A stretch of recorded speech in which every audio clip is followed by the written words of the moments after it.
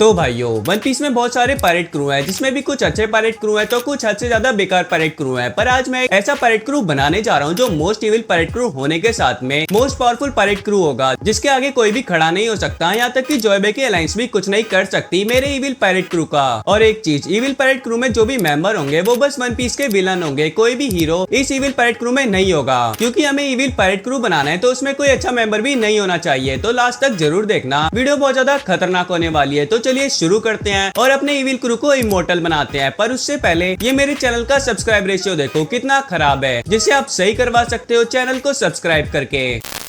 सबसे पहले अपने इविल क्रू को वर्ल्ड में घूमने के लिए एक शिप की जरूरत है। तो विलन में शिप को देखे तो क्वीन मामा चैंटर बिग मॉम की शिप और थ्रिलर बार्क वाली गेको मोरिया की शिप बेस्ट है। जिसमें से थ्रिलर बार्क शिप तो वन पीस में अभी तक जितनी भी शिप दिखी है उनमें से सबसे बढ़िया है। यहाँ तक कि ये तो शुरू में एक आइलैंड ही लग रहा था, जब तक कि गेको मोरिया ने इसे शिप नहीं बना दिया। और एक पूरा आर्क हमने इसी शिप पे देखा, जिसमें ओर्स, नाइटमेयर, लूफी और 1000 शैडो वाले गेको मोरिया जैसे लार्ज साइज बंदों ने फाइट करी थी। तो इस शिप की स्ट्रेंथ का कोई जवाब नहीं है। बाकी अब क्वीन मामा चैंटर को देखें तो इस शिप को बिग मॉम ने अपने डेल फ्रूट की पावर से ही बनाया है। और ये बिग मॉम की होमी शिप है, जिसमें खुद की विल भी है। और इसका साइज इतना बड़ा है कि पूरा बिग मॉम पायरेट क्रू इसमें सेल कर सकता है। और बहुत सी शिप तो इसके सामने बच्चा दिखती है। तो अब ये शिप भी स्ट्रॉन्ग है, पर क्वीन मामा चैंटर किसी काम की नहीं है। क्योंकि हमें इविल क्रू बनाना है तो उसके लिए हमें ये रंग बिरंगी शिप नहीं चाहिए। ऊपर से अपने क्रू में बिग मॉम या बिग मॉम का डेल फ्रूट यूजर भी नहीं है अभी तक। तो अपने इविल पायरेट क्रू के लिए बेस्ट शिप है प्लूटोन। हाँ, आपने सही सुना, प्लूटोन ही बेस्ट शिप है। बाकी अब मैंने प्लूटोन को अचानक से क्यों ले लिया तो वीडियो को देखते जाओ, सब समझ जाओगे।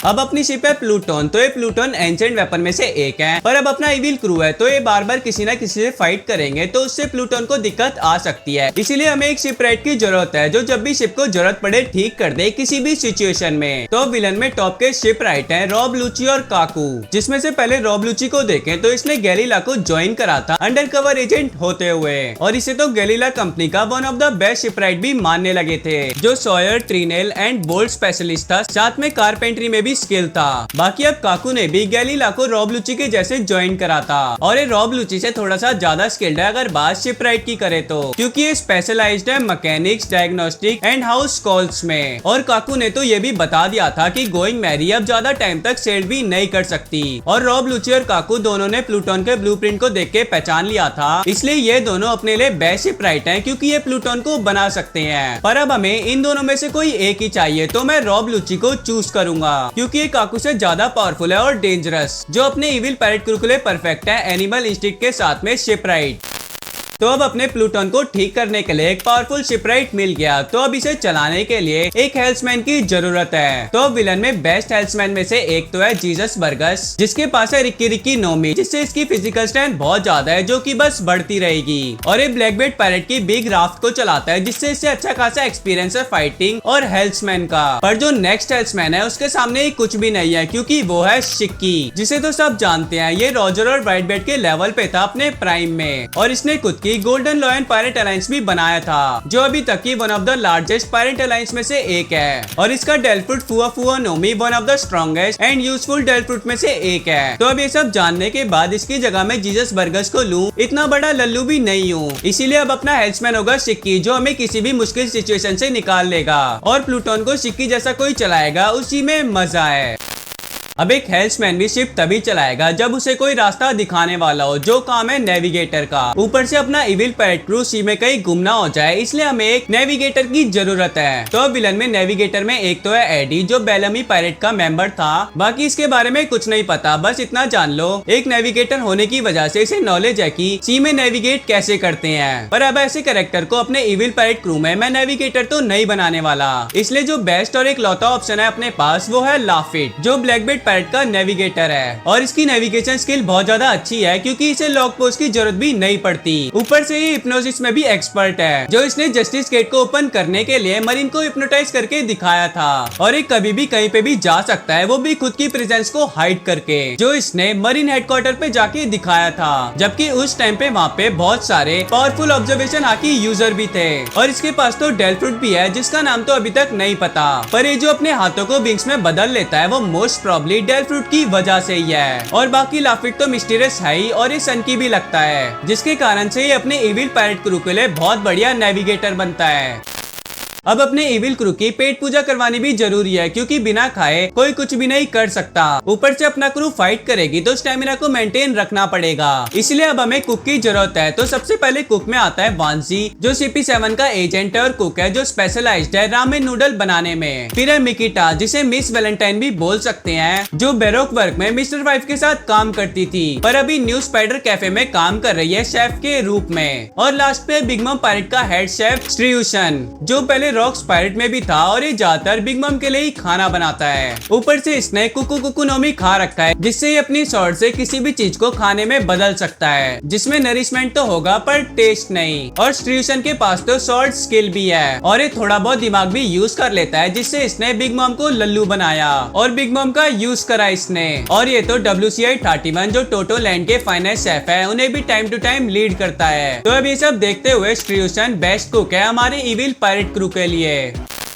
बाकी स्ट्रियूशन एक सिंगर भी है, पर अभी अपने क्रू का सिंगर नहीं बनने वाला, क्योंकि मैं किसी बुड्ढे को गाना गाते हुए नहीं सुन सकता। इसलिए अब हम विलन में कुछ सिंगर को देखें तो सबसे पहले स्क्रैचमैन अप्पू, जो वर्स्ट जनरेशन का मेंबर और ऑन एयर पायरेट्स का कैप्टन है, और ये बीस्ट पायरेट के साथ अलायंस में भी था और ये लॉन्ग ट्राइब का मेंबर भी है। तो ये अपने लॉन्ग आर्म का यूज करता है म्यूजिक और फाइटिंग के लिए, क्योंकि इसने खाया है ऑटोनोमी, जिससे ये अपने बॉडी पार्ट्स को म्यूजिकल इंस्ट्रूमेंट में बदल लेता है और सॉन्ग के साथ में अटैक के लिए यूज करता है। फिर है ब्लैक मारिया, जो वन ऑफ द टोबी रोपो में से एक है, और ये ओनर है प्लेजर ऑल की, जो काइडो के कासल के पास में है। और इसके पास डेल फ्रूट है, जिसका नाम ये रहा पढ़ लो, जिससे ये इस डेल फ्रूट का यूज करके एक जाइंट स्पाइडर वुमन में बदल जाती है। पर मैं इसके बारे में इतना कुछ बस इसके म्यूजिक के बारे में बता रहा हूँ, क्योंकि ये सैमिसन को यूज करती है और काफी अच्छे से बजा लेती है। पर जो नेक्स्ट म्यूजिशियन है उसके सामने कुछ भी नहीं है, क्योंकि वो है क्वीन, जिसके म्यूजिक और डांस को तो देख रखा है हमने अच्छे से। बीस्ट पायरेट के मेंबर भी क्वीन के सॉन्ग और डांस के साथ में मजे में आ जाते हैं। ऊपर से एक साइंटिस्ट भी है, तो जैसे इसने खुद पे एक्सपेरिमेंट करा है, वैसे ही इविल पायरेट क्रू में आने के बाद ये दूसरों पे एक्सपेरिमेंट कर सकता है। और जब मूड फ्रेश करना होगा तो ये अपने म्यूजिक और डांस का जलवा दिखाएगा। इसलिए क्वीन अब अपने इविल पायरेट क्रू का म्यूजिशियन है।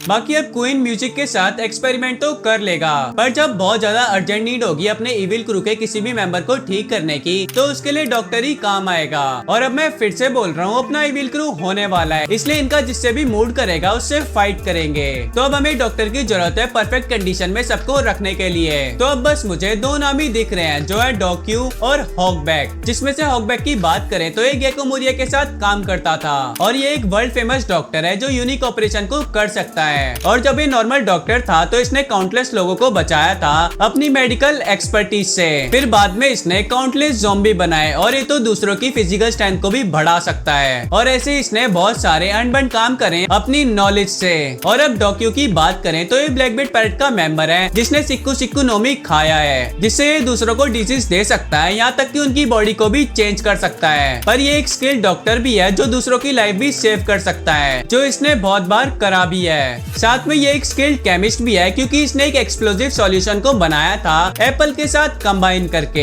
बाकी अभी दोनों में से किसी एक को चूज करना हो तो मैं हॉकबैक को चूज करूंगा, क्योंकि हॉकबैक ज्यादा स्किल्ड है डॉक्यू से। ऊपर से हॉकबैक का क्वीन के साथ परफेक्ट कॉम्बिनेशन बन जाएगा।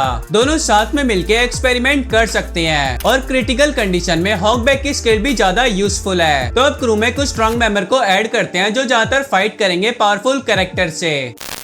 वैसे कभी कभी जो एनिमी होते हैं वो दूर से अटैक कर सकते हैं, इसलिए आपको कोई ऐसा चाहिए जो दूर के टारगेट को खत्म कर दे। तो अब अपने इविल पायरेट क्रू को स्नाइपर की जरूरत है। अब विलन में स्नाइपर को देखते हुए सबसे पहले ग्लैडियस, जो डॉन कियोटे पायरेट का मेंबर है, जिसके पास पामू पामू नोमी डेल फ्रूट है, जिसके कारण से जिसे भी टच करेगा वो एक्सप्लोड हो जाएगा। तो अब ये अपनी इस एबिलिटी का यूज करके दूसरों पे पामू पामू बुलेट को शूट कर सकता है, जिसके कारण से ये एक्सपर्ट है शार्प शूटिंग में। फिर आता है शार्लेट स्पैरो, जो वन ऑफ द मोस्ट घटिया कैरेक्टर में से एक है। बाकी ये बिग मम का सबसे बड़ा बेटा है, और इसने पैरो नोमी खाया है, जिसके कारण से ये एक कैंडी मैन है, और अपनी इस एबिलिटी का यूज करके ये एरो और बो बनाता है, जिससे फिर ये अपने एनिमी को दूर से मारता है। और इसे तो ये फर्क भी नहीं पड़ता कि इसका एम सही लगा भी है कि नहीं, क्योंकि इसे बस हंसने में मजा आता है। बाकी फिर भी ये एक ग्रेट स्नाइपर है। बाकी इससे भी ऊपर आता है वैनोगर, जो ब्लैक बेल्ट पायरेट क्रू का स्नाइपर है, और इसे तो सुपर सोनिक भी बोलते हैं क्योंकि ये इतना ज्यादा ग्रेट स्नाइपर है कि ये 10 किलोमीटर दूर से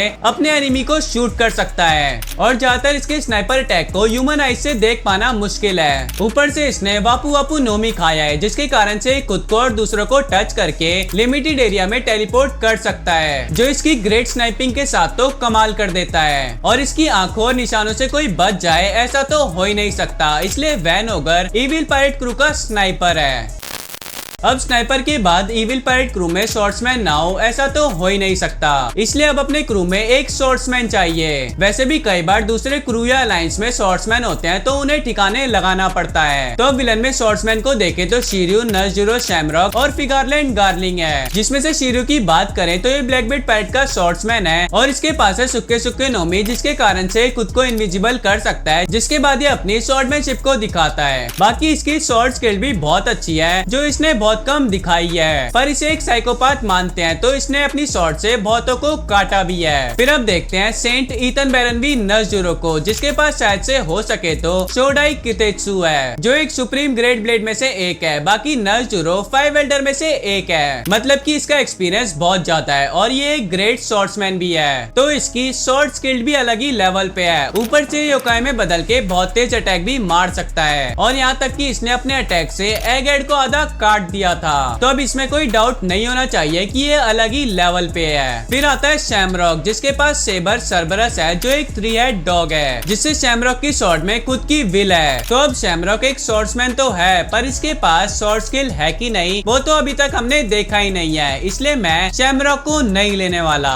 तो अब बच गया फिगारलैंड गार्लिंग, जिसने अपनी शॉर्ट स्किल को गॉड वैली में फाइट करके दिखाया है और अभी एक 5 वेल्डर बन चुका है, तो इसकी ओवरऑल सारी एबिलिटी अच्छी होगी, जिसमें स्वॉर्डमैनशिप भी आती है। तभी इमू ने इसे 5 वेल्डर बनने के लिए चूज करा है। तो अब इन चारों में से देखते हुए बेस्ट है नज़ुरो, क्योंकि ये एक प्रॉपर शॉर्ट्समैन है और ये हर टाइम शॉर्ट को यूज करता है। और अगर ये एक सुप्रीम ग्रेट ब्लेड का होल्डर होगा तो समझ जाओ इसकी शॉर्ट स्किल्ड अलग ही लेवल पे होगी। बाकी अब ये मत सोचना कि अपने इविल क्रू के लिए शॉर्ट्समैन मिल गया तो ये लेफ्ट हैंड मैन बन जाएगा आगे आने वाले कैप्टन के लिए, क्योंकि मुझे अपने इविल पायरेट क्रू को स्ट्रॉन्गेस्ट भी बनाना है, तो इसीलिए हम अलग से लेफ्ट हैंड मैन को डालेंगे। वैसे भी बहुत सारे विलन अभी बचे हुए हैं, जिसमें से एक दो को तो हम यूज भी कर सकते हैं।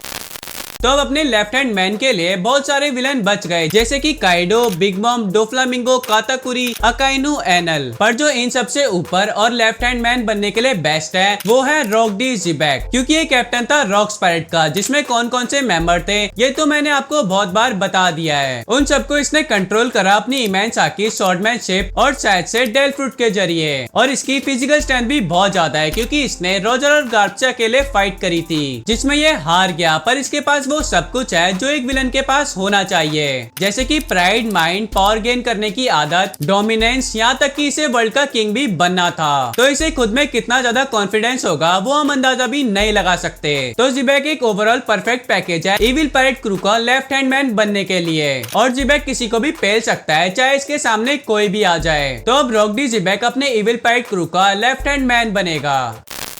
तो अब राइट हैंड मैन बोलूं या वाइस कैप्टन, उसकी बात करें तो मेरे पास बस एक ही इविल कैरेक्टर बचा है जो वाइस कैप्टन बनने के लिए बेस्ट है, वो है ब्लैक बियर्ड, जिसकी मास्टर प्लानिंग और 2 डेल फ्रूट के आगे बड़े बड़े कैरेक्टर फीके हैं, और इसके दिमाग का तो क्या ही कहना, व्हाइट बेल्ट पायरेट से लेके मरीन तक को सबको लल्लू बना चुका है और बस ये पावर के पीछे पड़ा रहता है, इसलिए तो ये इतना ज्यादा स्ट्रॉन्ग है। और इसका तो खुद का ड्रीम भी है, द वर्ल्ड। तो ब्लैक बियर्ड वाइस कैप्टन ना बने ये तो होने नहीं वाला। बाकी अब वन पीस की स्टोरी में जाए तो ईमू के फाइनल विलन ब्लैक बियर्ड ही है, इस वजह से ब्लैक बियर्ड वाइस कैप्टन ना बने ये तो होने नहीं वाला। बाकी इसका एक्सपीरियंस काफी अच्छा है बेकार बेकार कैरेक्टर को एक साथ में लाके काम करवाने का। ऊपर से अब ब्लैक बियर्ड यामी यामी नोमी और गुरा गुरा नोमी के साथ में योकाई फॉर्म में बदलने वाला है, क्योंकि अब फाइनली मेरे इविल पायरेट क्रू का कैप्टन है वन पीस वर्ल्ड का किंग इमू सामा, जिसने शायद से 800 सालों से वर्ल्ड गवर्नमेंट को चलाया है, और अगर ये तब से जिंदा है तो इसकी हाकी एक अलग ही लेवल पे होगी। साथ में इसके पास डेल फ्रूट हो या कोई अलग ही टाइप की पावर, वो बहुत ही ज्यादा खतरनाक होगी। ऊपर से ये योकाई में बदलने के साथ में दूसरों को पावर देके उन्हें yokai form, immortality, regenerative ability दे सकता है, जिसके कारण से वो मरेंगे ही नहीं। तो अब इमू बस ऐसा ही करने वाला है और अपने क्रू को पावर देगा, जिसमें रॉब लूची जो शिपराइट है शिकी जो हेल्थमैन है, लाफिट जो नेविगेटर है, स्ट्रूसन जो कुक है, क्वीन जो म्यूजिशियन और साइंटिस्ट है, हॉकबैक जो डॉक्टर है, वैनोगर जो स्नाइपर है, नर्जुरो जो शॉर्ट्समैन है और जिबैक जो फाइटर और लेफ्ट हैंड मैन है और ब्लैकबीयर्ड जो वाइस कैप्टन है और खुद इमू ये सब अब yokai form, immortality, regenerative ability को गेन कर लेंगे। और प्लूटोन को बनाने के लिए रॉब लूची तो है ही, साथ में इमू अगर 800 साल पहले से जिंदा है तो इसने प्लूटोन को देखा है, इसलिए शिप प्लूटोन होगी और अब अपना क्रू डूब भी नहीं सकता